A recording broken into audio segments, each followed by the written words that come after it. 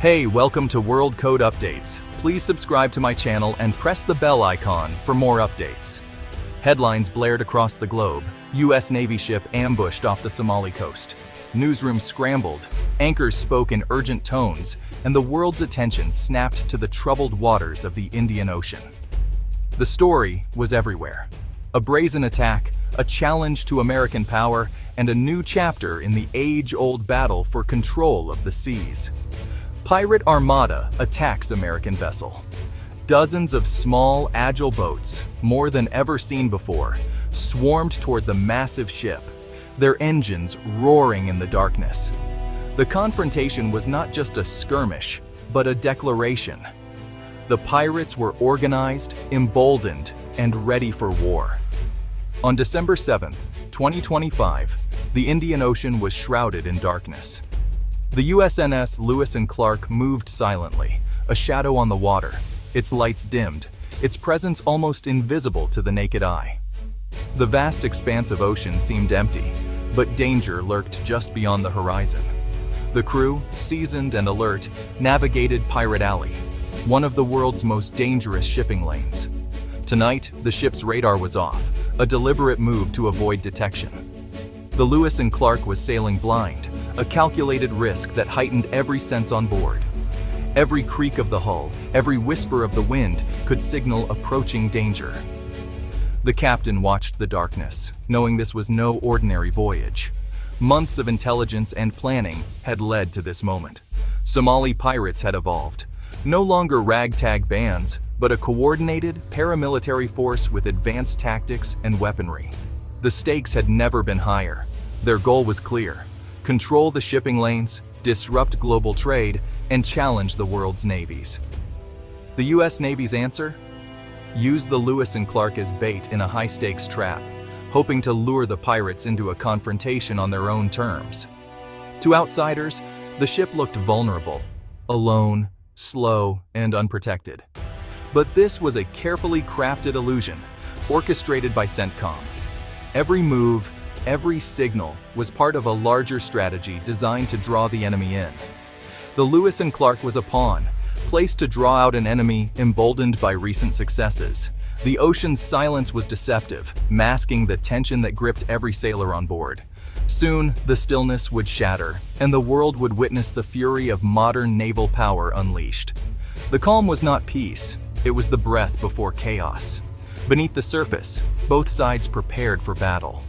The world had no idea what was about to unfold, but in the darkness, destinies were about to collide.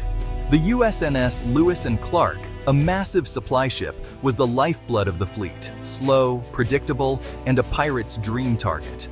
Rumors swirled of advanced weaponry aboard, whispers spread by U.S. intelligence to bait the pirates. But the ship was no helpless giant. Hidden defenses included advanced countermeasures and a naval security detachment ready for battle. The Lewis and Clark was a sheep in wolf's clothing, seemingly vulnerable, but deadly. The Navy counted on pirate greed and overconfidence. The ship's true cargo was a strategic mission: lure the pirates into a trap. It sailed straight into Pirate Alley, daring the enemy to strike. The stage was set for a confrontation that would change the rules of the game. These pirates were no longer amateurs. They'd unified under a warlord, investing in encrypted comms, GPS, and night vision gear. Their arsenal now included RPGs and anti-aircraft missiles, no longer just AK-47s. Their fleet's 78 boats, from fast skiffs to larger motherships, organized into attack groups. Their plan: surround, board, and seize the Lewis and Clark. Recent successes had made them bold. They believed Western navies would hesitate to use force. Capturing the USNS would be a propaganda coup, proof they ruled these waters. But their ambition blinded them. They didn't realize they were the prey. The pirates were about to walk into a trap designed for total annihilation. The hunters had become the hunted. The U.S. Navy's response was patient and precise. The destroyer Arleigh Burke and cruiser Philippine Sea publicly left the Lewis and Clark, feigning vulnerability. But below, the USS Ohio submarine shadowed the ship, undetected. Above, MQ-9 Reaper drones watched every move, feeding real-time intel to commanders. The Lewis and Clark went dark. No radar, minimal comms, forcing pirates to close in visually. The Navy manipulated the pirates, drawing them into a kill box, a 3-square-mile patch of ocean. The plan: wait until nearly all 78 pirate boats were inside before striking. It took discipline to let the threat grow, but the goal was total destruction. Every move was coordinated, every asset in place. The pirates had no idea they were being herded into a trap. The Navy was ready to end the threat in a single, devastating blow. Just after 2 a.m., under the cover of darkness, the pirate flotilla made its move. Their engines whispered across the waves, barely audible above the gentle slap of water against their hulls. The moon hung low, casting a silver sheen over the restless sea as the boats slipped away from their hidden cove, intent on their target.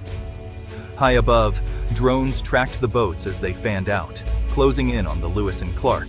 The pirates moved with practiced precision, splitting into attack groups, each one assigned a specific approach vector. Their plan was simple: overwhelm the ship before anyone could react. The pirate commander, peering through binoculars, saw only a lone, vulnerable ship, exactly as planned. The Lewis and Clark appeared isolated, a tempting prize floating in the vast emptiness of the ocean, seemingly without protection.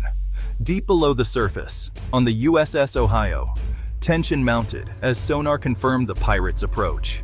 Every blip on the screen was a potential threat, and the crew watched in silence, nerves taut as the enemy drew closer.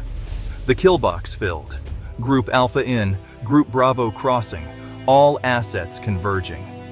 The operation was unfolding exactly as rehearsed, with every unit moving into its assigned position, ready to spring the trap. On board the Lewis and Clark, the security team readied automated defenses. Turrets whirred to life, sensors scanned the darkness, and crew members double-checked every system, knowing that seconds could mean the difference between survival and disaster. The pirates, now visible in the glare of searchlights, prepared for a final all-out assault. Weapons were checked, orders barked, and adrenaline surged as they closed in for what they believed would be an easy victory. They loaded RPGs, confident that victory was moments away. Laughter and shouts echoed across the water, the pirates certain that the prize was within their grasp. But beneath the waves, the USS Ohio's commander waited, watching through the periscope as the last boats entered the kill box. Every second felt like an eternity as he waited for the perfect moment to strike. 95% inside the box, Captain, came the quiet confirmation over the radio. The trap was nearly complete, the enemy right where they needed them. The pirates were packed together, perfectly positioned for destruction. Unaware, they drifted closer, their formation tight, making them easy targets for the Navy's overwhelming firepower. At 2:17 a.m., the order came. Execute! I say again, execute! The trap was sprung.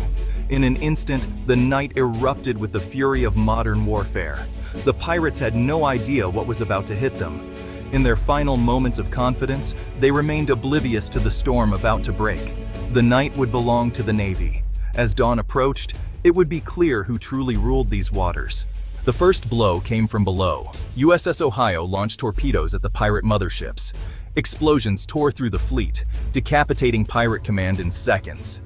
On the Lewis and Clark, the phalanx CIWS roared to life, shredding skiffs with a torrent of fire.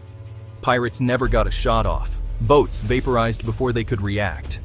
Above, Reaper drones switched to attack, launching Hellfire missiles that obliterated fleeing boats. Each strike was precise, each target eliminated. Over the horizon, the Arleigh Burke arrived, firing GPS-guided shells that rained shrapnel on the survivors. The pirates were trapped in a 360-degree storm, hit from below, above, and afar. There was no escape, no chance to regroup. The Navy's response was overwhelming, coordinated, and merciless. In minutes, the pirate armada was reduced to burning wreckage. The Lewis and Clark remained untouched. The operation was a masterclass in modern naval warfare. With the pirate fleet shattered, Phase 2 began. 2 MH-60 Romeo helicopters swept in, armed with machine guns and laser-guided rockets. They hunted survivors, targeting any boat still afloat. 50 caliber rounds and smart rockets finished what the torpedoes and drones started. The ocean was littered with debris and burning hulls. The destruction was systematic. No battle, just annihilation. In 5 minutes, a paramilitary force years in the making was erased. The Lewis and Clark suffered 0 damage, its crew unharmed. Of 78 pirate boats, none survived. The sun rose on a sea scarred only by oil and debris, a silent testament to overwhelming power. At dawn, the Lewis and Clark sailed through the wreckage. The Arleigh Burke's teams recovered radios, GPS units, and documents from the debris. The intelligence haul was massive, encrypted comms, ledgers, and GPS logs revealing pirate bases and networks. Years of surveillance were eclipsed by 5 minutes of battle. The Pentagon released a simple statement: a pirate attack was intercepted and neutralized. No American casualties, no damage to the bait ship. The message was clear: challenge the U.S. Navy and face total destruction. Armed with new intel, special forces and drones struck pirate bases ashore within 48 hours. The sea battle was just the beginning. The entire pirate network was dismantled. A single, decisive victory had strategic consequences far beyond the waves. The annihilation of the pirate armada was more than a victory. It was a lesson in modern warfare, a demonstration of what happens when overwhelming force meets outdated ambition. The night sky lit up with the fury of modern weaponry, and the ocean echoed with the consequences of defiance. Numbers and courage meant nothing against superior information and technology. The pirates, bold in their desperation, were outmatched at every turn by the Navy's advanced sensors, real-time intelligence, and seamless coordination. The pirates never saw the submarine, the drones, or the destroyer. They were hunted by invisible eyes and silent predators, their every move anticipated and countered before they even realized the danger. The Navy's networked force acted as one, executing a flawless, synchronized strike. Every ship, aircraft, and operator was connected, sharing data and responding instantly to threats. This is the hallmark of American power: speed, precision, and overwhelming force. The ability to strike anywhere, at any time, with absolute certainty, is what sets the U.S. Navy apart on the world's oceans. The operation sent a chilling message. There would be no negotiation, no mercy. The rules of engagement were clear. Any threat would be met with decisive, unrelenting action. The ocean is not a lawless frontier. It is ruled by those with the power to control it. The Navy's presence is a constant reminder that order is enforced by those who possess the means to impose it. For centuries, nations have fought for the seas, but now, technology makes that control absolute. Satellites, drones, and digital warfare have transformed the ocean from a place of uncertainty to a domain of dominance. The U.S. Navy's 5-minute victory was a brutal warning. In mere moments, the balance of power shifted, and the lesson was clear for all who watched. The ocean is vast, but it is not a place to hide. No matter how endless the horizon, the reach of modern navies is longer still. To challenge the United States at sea is to invite certain ruin. The fate of the pirate armada is a warning to all who would test American resolve. On that night, the sea revealed its truth. It belongs to the powerful. In the end, the ocean answers only to those who can command it. And on this night, that power was absolute.